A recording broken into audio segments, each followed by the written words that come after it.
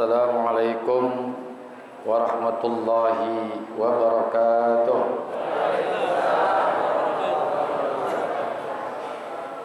Alhamdulillahi rabbil alamin. Wa bihi nasta'inu ala umuri dunya waddin. Wassalatu wassalamu ala sayyidina wa maulana Muhammadin Sayyidil ghurril muhajjalin, imamul anbiya'i wal muttaqin, wa ala alihi wa sahbihi mujahidin at-tahirin, amma ba'du. Hadratal muhtaramin wal muhtaramat, para alimil ulama, para kiai, para guru, asatizah, para orang tua, para sesepuh, wabil khusus yang sama-sama kita hormati dan kita doakan guru kita Al-Mukarram Bapak Kiai Haji Dr. Andes Muhammad Ja'far, guru kita Bapak Kiai Haji Farah Furqan Muqarrab bin Yusuf, guru kita Bapak Ustaz Abdul Hamid Mustafa Al-Hafiz, dan segenap pengurus Majlis Ta'lim Ukhuwah Islamiyah Bapak Haji Basroin Safari, Bapak Ustaz Haji Muhammad Tahir, dan juga segenap masjid, segenap pengurus Masjid Al-Barakah, di antaranya Bapak Hashim, Ustaz Hashim, dan seluruh segenap pengurus yang semoga semua dimuliakan Allah Subhanahu wa taala. Hadirin bapak-bapak, ibu-ibu hadirat yang dimuliakan Allah, syukur alhamdulillah siang hari ini, pagi, siang, menjelang siang hari ini kita bisa kumpul di Masjid Al-Barakah dalam rangka taklim yang rutin kita laksanakan setiap hari Ahad pagi, dan sekaligus kita rangkai dengan memperingati Maulid Nabi kita Muhammad sallallahu alaihi wasallam. Semoga hadir dan duduknya kita di tempat ini mendapatkan curahan rahmat dari Allah Subhanahu wa taala. Hadirin bapak-bapak, ibu-ibu jamaah yang dimuliakan Allah, peringatan Maulid dilaksanakan di berbagai tempat, di masjid, di mushola, majlis taklim, dan juga termasuk di kantor, di sekolah dibikin maulid. Karena memang maulid ini sudah menjadi tren di kalangan kita. Bahkan kita memperingati maulid bukan hanya pada saat bulan Rabiul Awal, tapi pada momen-momen tertentu juga kita bikin maulid. Selamatan rumah kita bikin maulid, ngawinin kita bikin maulid, akekahan bikin maulid, nuju bulan maulid. Cuman bercerai doang kita nggak maulid.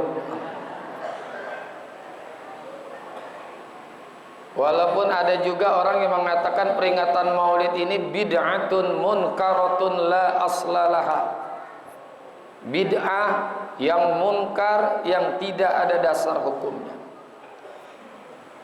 Dia mengatakan seperti itu, biarin aja, kita masih senang, masih suka, insya Allah berkah kita bikin maulid.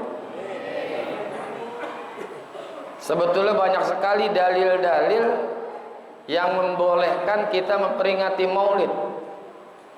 Salah satunya ketika Rasulullah SAW ditanya, su'ilan Nabi sallallahu alaihi wasallam an saumi yaumil isnin.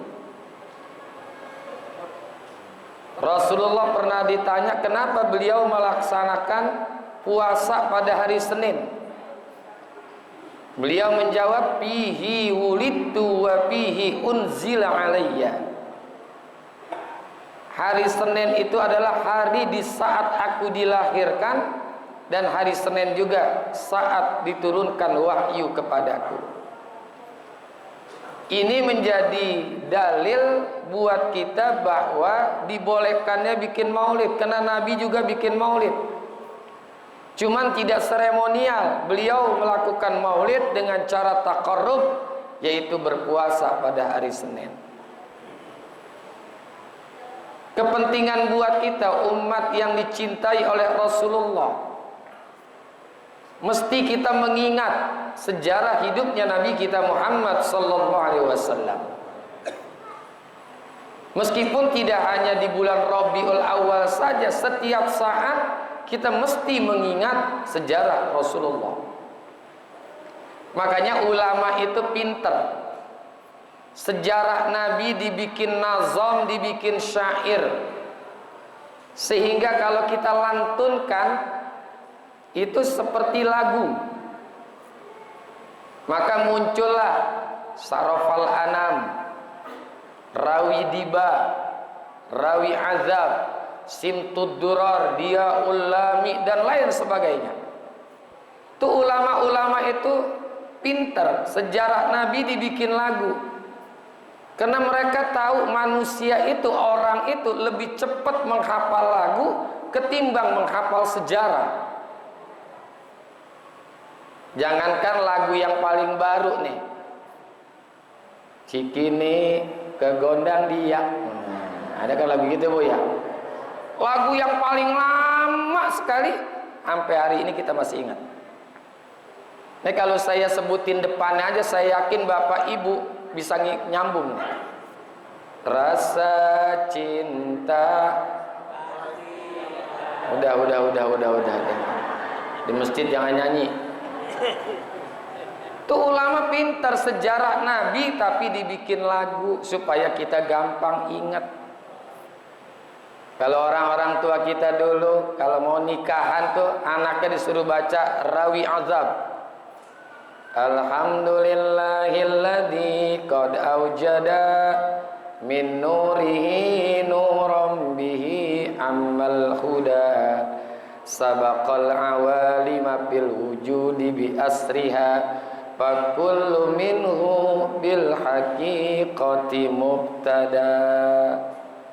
Orang-orang dulu kalau mau nikah tuh dibaca tuh sama perempuannya. Kalau sekarang enggak ya? Enggak.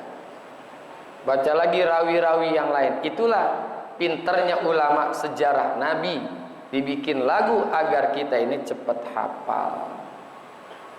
Itu sejarah Nabi jangan kita lupakan. Maka hebatnya Rasulullah itu, mulianya Rasulullah itu, orangnya belum ada tapi sejarah hidupnya sudah ada. Biasanya kalau ingin kita menulis sejarah seseorang, contoh guru kita Kiai Haji Muhammad Ja'far, kita pengen nulis sejarahnya, kita harus tahu dulu di mana beliau lahir, apa aktivitasnya, ayah ibunya siapa, kegiatan sehari-harinya apa. Kita harus tahu dulu sejarahnya, beliaunya harus hidup dulu. Tapi Rasulullah orangnya belum ada tapi sejarahnya sudah ada. Coba kita baca tuh dari Ka'bul Ahbar, An Atha bin Yasar an Ka'bil Ahbar, Allamani abi Taurata illa sibran wahida yukhtimuhu wa yudkhiluhu sunduq.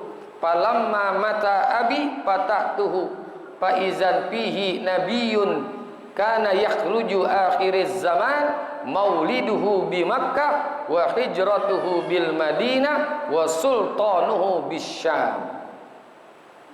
Itu sejarah Nabi orangnya belum ada di dalam kitab Taurat.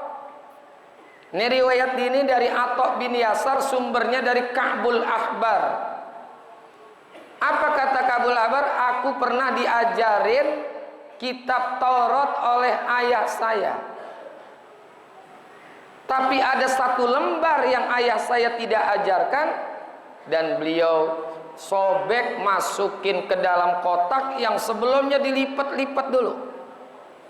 Falamma mata abi fatahtuhu, tatkala ayahku sudah meninggal dunia, maka aku buka itu kotak. Faizan, ternyata di dalam kotak itu, kertas yang disobek itu isinya fihi nabiyyun yakhruju akhiruz zaman. Di situ ada nama seorang nabi yang akan datang pada akhir zaman.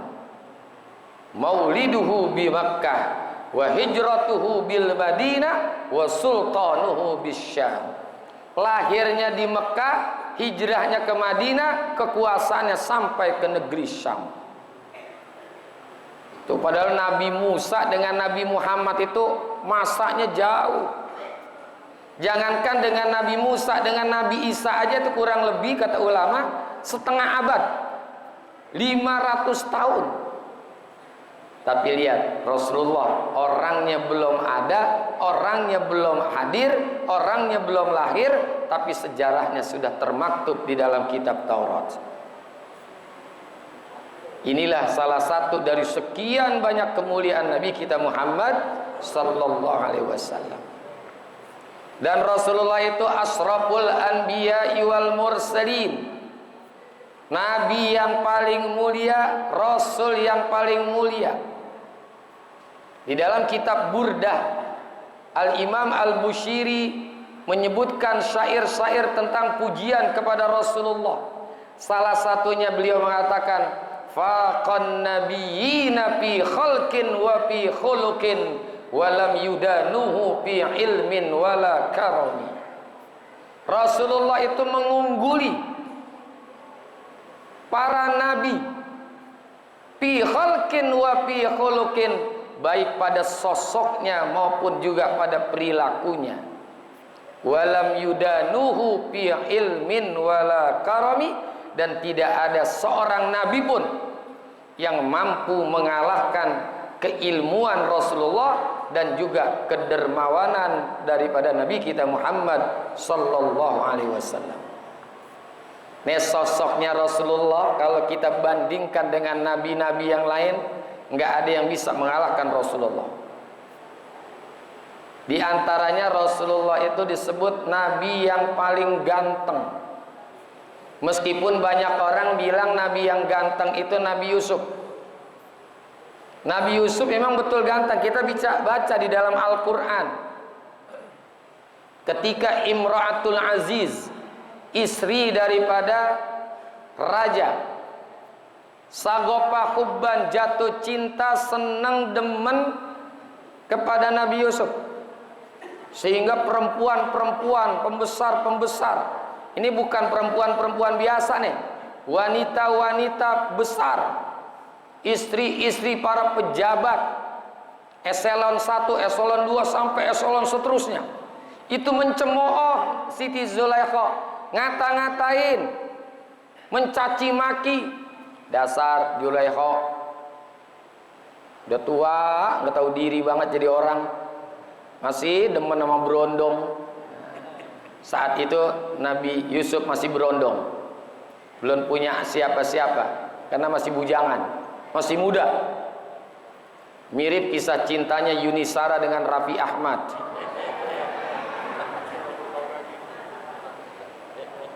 Sekarang Raffi Ahmad sudah punya istri namanya Negita Slavina. Begitu Bu ya?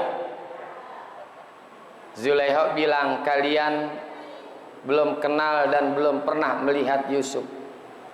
Kenapa saya jatuh cinta kepada Nabi Yusuf? Nanti akan saya buktikan kenapa saya bisa jatuh cinta kepada Nabi Yusuf.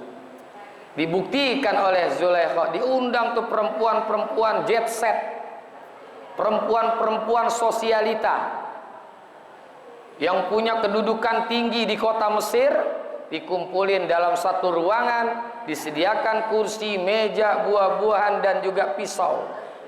Begitu duduk rapi, Zulaikha manggil, wahai Yusuf, keluarlah kamu dari kamar. Keluar dari kamar, di belakangnya ada Zulaikha, diikutin tuh.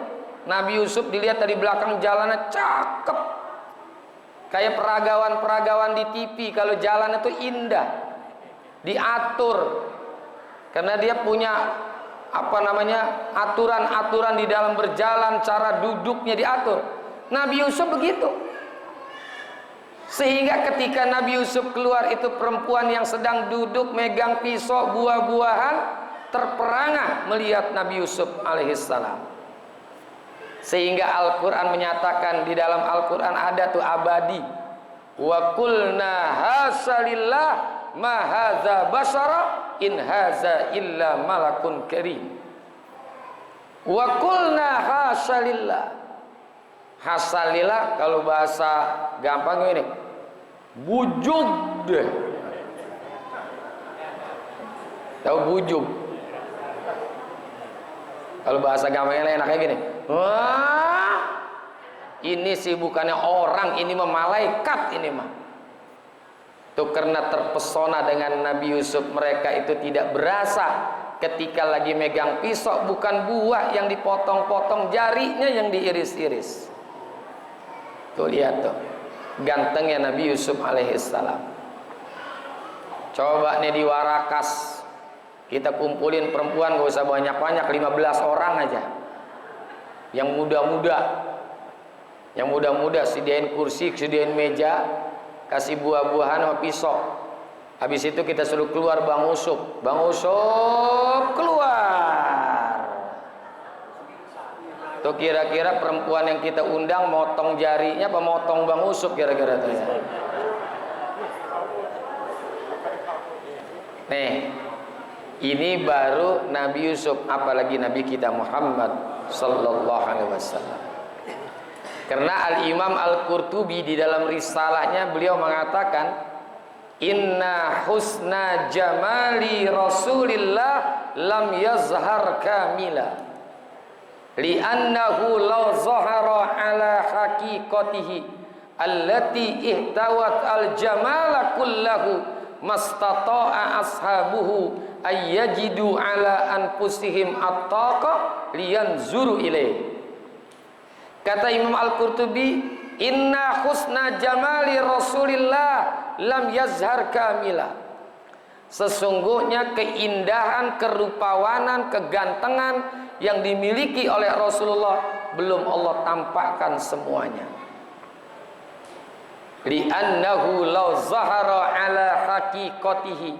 Karena kalau gantengnya Nabi, cakepnya Nabi Allah tampakkan semuanya, allati ihtawat al-jamala kullahu, yang meliputi keindahan-keindahan yang ada, mastata'a ashabuhu, maka sahabat-sahabat, bukan kita nih, sahabat tidak akan mampu memiliki kekuatan sedikit pun untuk memandang Rasulullah sallallahu alaihi wasallam. Gantengnya Nabi beda dengan gantengnya Nabi Yusuf. Kalau Rasulullah itu gantengnya membawa kedamaian, ketenangan, kesejukan. Man ra'a wajhaka yas'ad ya karimal walidah hauduka sabil wirduna yauman nusyuri. Allah ya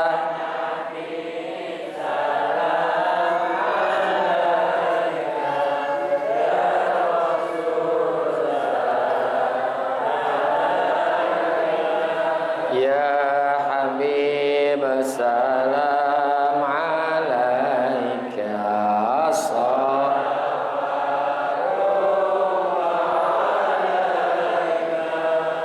Jadi wajahnya Rasulullah itu kalau dilihat oleh orang Islam mendatangkan kesejukan. Tapi kalau dilihat oleh orang di luar Islam, orang Islam itu bisa, orang yang di luar Islam itu bisa tertarik untuk masuk Islam. Tuh wajahnya Nabi. Makanya Abu Jahal atau Umar bin Hisham itu nggak mau memandang wajahnya Nabi. Jadi kalau ketemu dengan Rasulullah tuh Abu Jahal selalu menutup wajahnya dengan sorban. Set. Dia nggak mau memandang wajahnya Rasulullah. Sehingga teman-temannya, koncok-koncoknya nanya, Abu Jahal, kenapa sih kamu ketika ngelihat Muhammad wajah ditutupin? Apa kata Abu Jahal? Aku sengaja menutupkan wajahku untuk tidak bisa melihat Muhammad. Karena apabila aku melihat Muhammad, maka akan ada rasa tertarik untuk beriman kepada Allah. Jadi dia saking dijauhkan oleh Allah dari hidayah, itu mandang wajah Rasulullahnya gak mau. Maka sampai matinya dia tetap dalam keadaan kafir. Ini wajahnya Nabi, Masya Allah. Jangankan wajahnya, dari namanya saja udah cakep tuh. Namanya siapa? Muhammadun. Yang pertama, cakepnya nama Nabi Muhammad itu karena sebelum lahirnya Nabi Muhammad itu nggak ada bayi yang namanya Muhammad. Dan yang menamakan Muhammad itu kepada Rasulullah adalah langsung Allah yang memberikan nama. Di dalam rawi ada tuh, malaikat Jibril datang pada mimpinya Siti Aminah, dan malaikat Jibril mengatakan, innaki qad hamalti bi sayyidil alamin wa khairil bariyah fasammihi Muhammadan iza wada'tihi li'annahu satuhmadu uqba. Wahai Aminah, sesungguhnya engkau sedang mengandung bisayyidil alamin, pemimpin seluruh alam, wa khairil bariyah, dan sebaik-baik manusia. Fasammihi Muhammadan, maka nanti kasih nama Muhammad. Iza wada'tihi, apabila engkau telah melahirkannya, li'annahu satuhmadu uqba, karena sesungguhnya dia, yaitu Rasulullah, nanti akan menjadi orang yang dipuji. Betul tuh, nama Rasulullah menjadi orang yang dipuji. Bahkan menjadi penentu ibadah itu diterima atau tidak Nabi kita Muhammad. Coba kalau ketika kita sholat, naik turunnya acara ini ya. Kalau kita lagi sholat, ketika tasyahud akhir tidak membaca salawat, sah atau tidak? Enggak sah. Khutbah Jumat tanpa membaca salawat, sah atau tidak? Karena salawat salah satu daripada 5 rukun khutbah. Termasuk ketika azan, asyhadu an la ilaha illallah, dilanjutin asyhadu anna Muhammadar Rasulullah, itu pasti. Coba cuman asyhadu an la ilaha illallah, langsung hayya 'alas shalah, diparanin RT, digebugin tuh azan.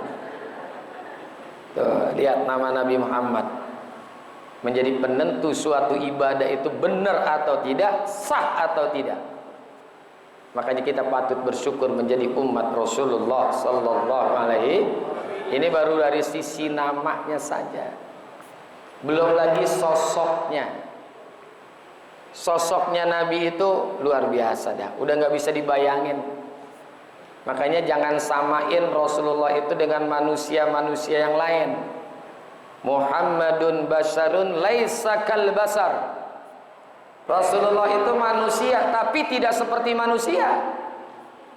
Beliau itu laksana batu permata di tengah batu-batu yang lainnya. Rasulullah batu permata segede jempol aja, berapa duit tuh permata segini nih? Dapat nggak 10 juta? Nggak dapat. Bisa jadi 1 miliar. Kalau kita ini batu kolar, 1 truk paling berapa duit? Ini suara speaker naik turun ini. Ya. Tuh, itu baru sosok Nabi. Belum lagi sifat-sifatnya Rasulullah.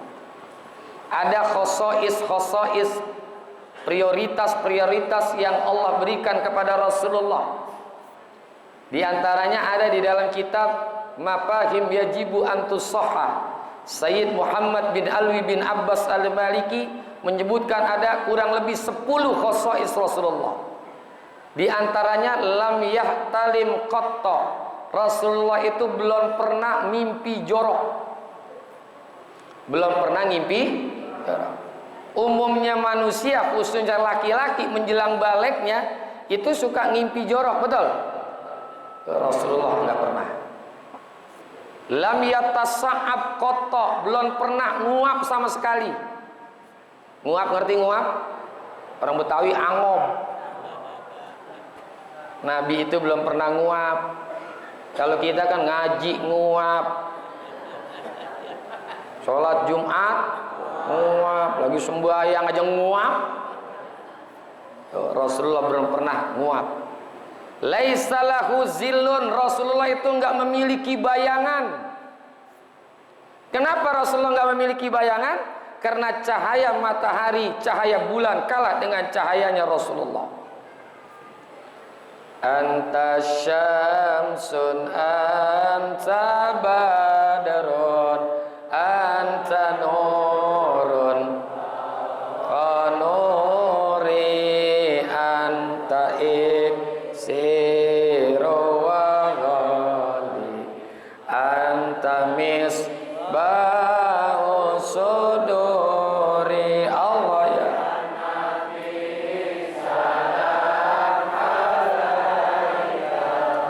ya Rasul, salam alaika ya Habib, salam alaika salawat.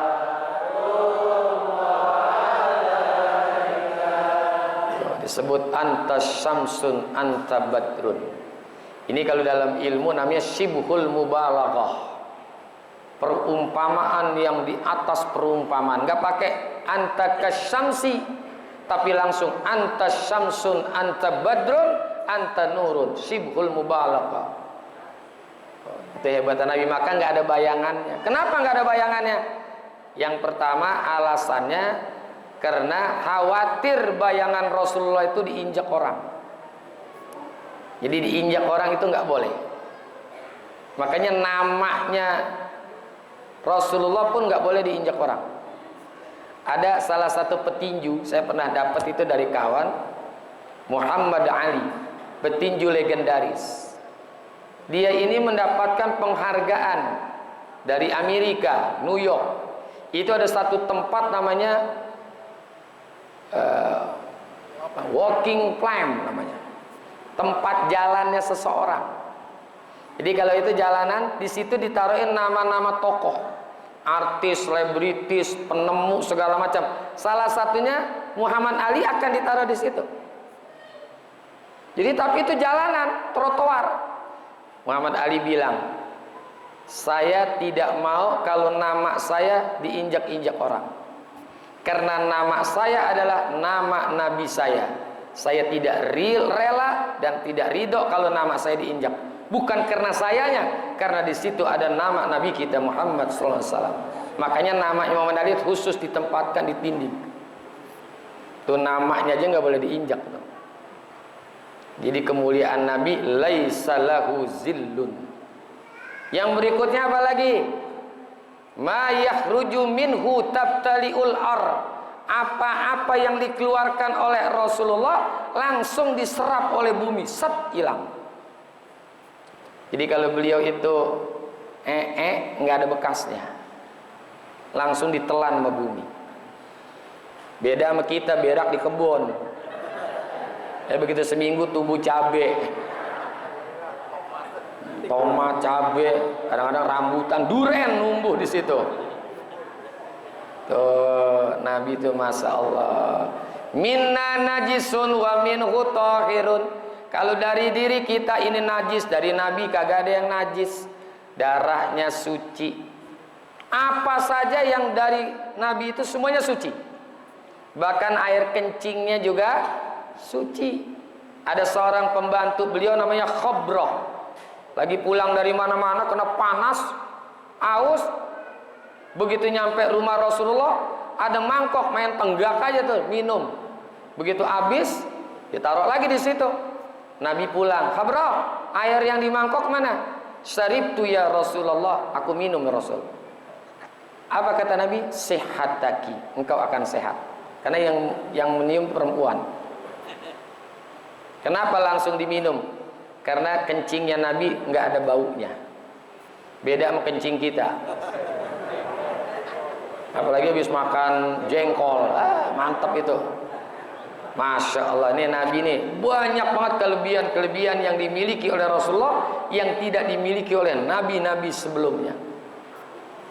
Jadi makanya patut kita bersyukur dengan Maulid Nabi kita Muhammad Sallallahu Alaihi Wasallam. Nah, di dalam Maulid ini ada yang mesti kita ambil. Apa itu hikmah daripada peringatan Maulid? Karena sangat sayang kalau kita bikin Maulid tapi kita nggak ambil intisarinya. Makanya kalau Maulid itu yang disampaikan ya mesti tentang Rasulullah. Kita mesti bisa menyesuaikan diri, ini acaranya acara Maulid yang disampaikan paling tidak keindahan Rasulullah, sejarah Rasulullah, akhlak-akhlak Rasulullah, sunnah-sunnah Rasulullah. Nah, Rasulullah itu salah satu intinya nih, bahwa beliau itu jangankan menyakiti, mengganggu saja udah nggak mau. Nyakitin orang udah nggak bakalan mungkin buat diri Nabi Muhammad SAW. Atau menyinggung perasaan orang aja nggak mau. Dalam satu riwayat Rasulullah itu pernah didatangi oleh seseorang sambil nenteng-nenteng anggur. Nenteng-nenteng anggur satu plastik. Assalamualaikum, waalaikumsalam. Oh, ada apa? Ini saya membawakan hadiah untuk engkau wahai Rasulullah. Aku mohon dengan hormat agar engkau bisa memakannya. Yaudah, taruh di situ. Nanti aku makan. Tapi orang itu nggak mau pergi, pengen ngeliat Nabi makan apa kagak nih. Ternyata Nabi makan satu sampai habis. Orang itu berterima kasih, alhamdulillah makanan saya dihabiskan oleh Rasulullah. Padahal di depannya rame banyak orang kayak gini, sahabat-sahabat. Sahabat pada ngeliatin aja Nabi makan sendiri. Selesai orang itu pulang, sahabat nanya, ya Rasulullah, ini nggak biasanya engkau berperilaku seperti ini. Maksud kamu apa? Biasanya engkau itu setiap ada hadiah dari orang yang engkau dulukan adalah para sahabat, dikasih untuk sahabat. Tapi kali ini kenapa engkau makan sendiri sampai habis? Apa kata Rasulullah? Mohon maaf kalau aku berikan kepada kalian dan aku tawarkan kepada kalian. Aku khawatir ketika engkau makan anggur ini akan terlihat ekspresi ketidaksukaan kalian, sehingga menyinggung perasaan orang yang memberikan ini. Kenapa? Karena rasa anggur ini asam. Coba kita makan asam nih, ntar pulang dari ukhuwah nih ngaji, kita petik belimbing sayur. Pakai garam makan, Bu. Kita makan, muka kita kayak apa, Bu? Tuh, Rasulullah jangankan dia nyakitin, nyinggung perasaan orang lain aja nggak mau. Selalu dijaga perasaan orang, menyenangkan hati orang itu kan pahala, betul? Tuh. Di rumah tangga juga begitu. Makanya Rasulullah walaupun rumahnya kecil nggak pernah nyebut-nyebut yang jelek. Beliau apa katakan? Baiti jannati, rumah tanggaku laksana surga bagiku. Padahal rumahnya kecil, sederhana, tapi sejuk di dalamnya. Kenapa? Karena rumah tangga yang penuh dengan mawaddah warahmah. Nabi, Bu, Pak, jangankan dengan yang lain, sama istrinya aja manggilnya cakep. Nggak pernah Nabi itu manggil istrinya Dijah.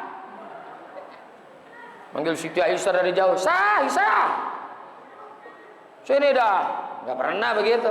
Dipanggilnya ya Aisyah Ridha, ya Khadijatul Kubra. Tuh panggilannya lengkap namanya. Bahkan ada panggilan kesayangan yang diberikan oleh Rasulullah kepada Siti Aisyah, ya Humaira, wahai yang kemerah-merahan. Ahmarun Humaira, kemerah-merahan. Karena di dalam kitab As-Saraful Mu'abbad li Ali Muhammad itu Siti Aisyah disebutkan ciri-cirinya. Orangnya cuakep. Bukan cakep lagi nih. Cuakep. Kulitnya putih. Rambutnya hitam. Orang putih ketika matahari itu biasanya pipinya merah. Karena di Arab kan panas. Makanya Nabi panggil dengan panggilan kesayangan, ya Humairah. Orang tanya, Ustadz, istri saya hitam kena matahari coklat. Manggilnya apa saya? Panggil aja, ya Hajarul Aswad. Tuh Nabi, masya Allah, cakep manggilnya. Ya, makanya ini biasain manggil istri, manggil suami, jangan langsung namanya kalau bisa, pangkatnya, abang, kakak, aa, mas, baksonya 3. Ya, kalau udah punya anak, ayah, ibu, bapak, ibu, kan dia bapak apa tuh? Ibu, umi, abi, bunda, panda, bunda apa ya? Bunda, ayah ya, bunda sama ayah juga ya. Itu panggilannya panggilan yang mulia, pangkatnya. Kalau kita panggil nama langsung itu bisa khawatir. Karena kita udah punya anak, anak itu biasanya suka ngikutin apa yang diucapkan oleh orang tua, benar? Nama suaminya Agus, lagi main sama anaknya, dipanggil, Gus, Gus. Anaknya bilang, Gus, dipanggil Gus, dipanggil Gus. Ini dari namanya, panggilannya yang indah. Itu Rasulullah. Tidurnya Nabi itu masya Allah. Siti Aisyah pernah bilang begini, aku belum bisa tidur nyenyak sebelum tanganku digenggam oleh Rasulullah. Itu indahnya rumah tangganya Nabi. Tuh. Bu, suaminya kalau tidur genggam tangan nggak, Bu? Enggak ya? Padahal hadisnya jelas, ketika seorang suami menggenggam tangan istrinya, maka di saat menggenggam tangan istri itu Allah turunkan 20 rahmat. Apalagi ketika dia meremas-remas tangan istrinya, 30 rahmat. Belum lagi ketika menciumnya, memeluknya, itu rahmatnya tambah. Nih kadang-kadang ada istri baru kita taruh di tangannya, dadanya,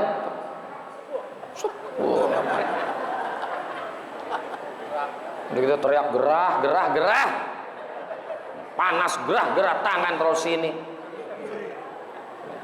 singkirin lagi tangan kita. Jangan, Bu, ya Bu ya. Oh, ini sunnah Nabi banyak sekali. Dah, ini saja yang saya sampaikan. Karena saya jam 8:30 mau berangkat ke Cibinong, ada acara sedikit. Terima kasih atas perhatiannya. Mohon maaf kalau ada kekurangan. Dallahu iyyakum ajmain. Wassalamualaikum warahmatullahi wabarakatuh.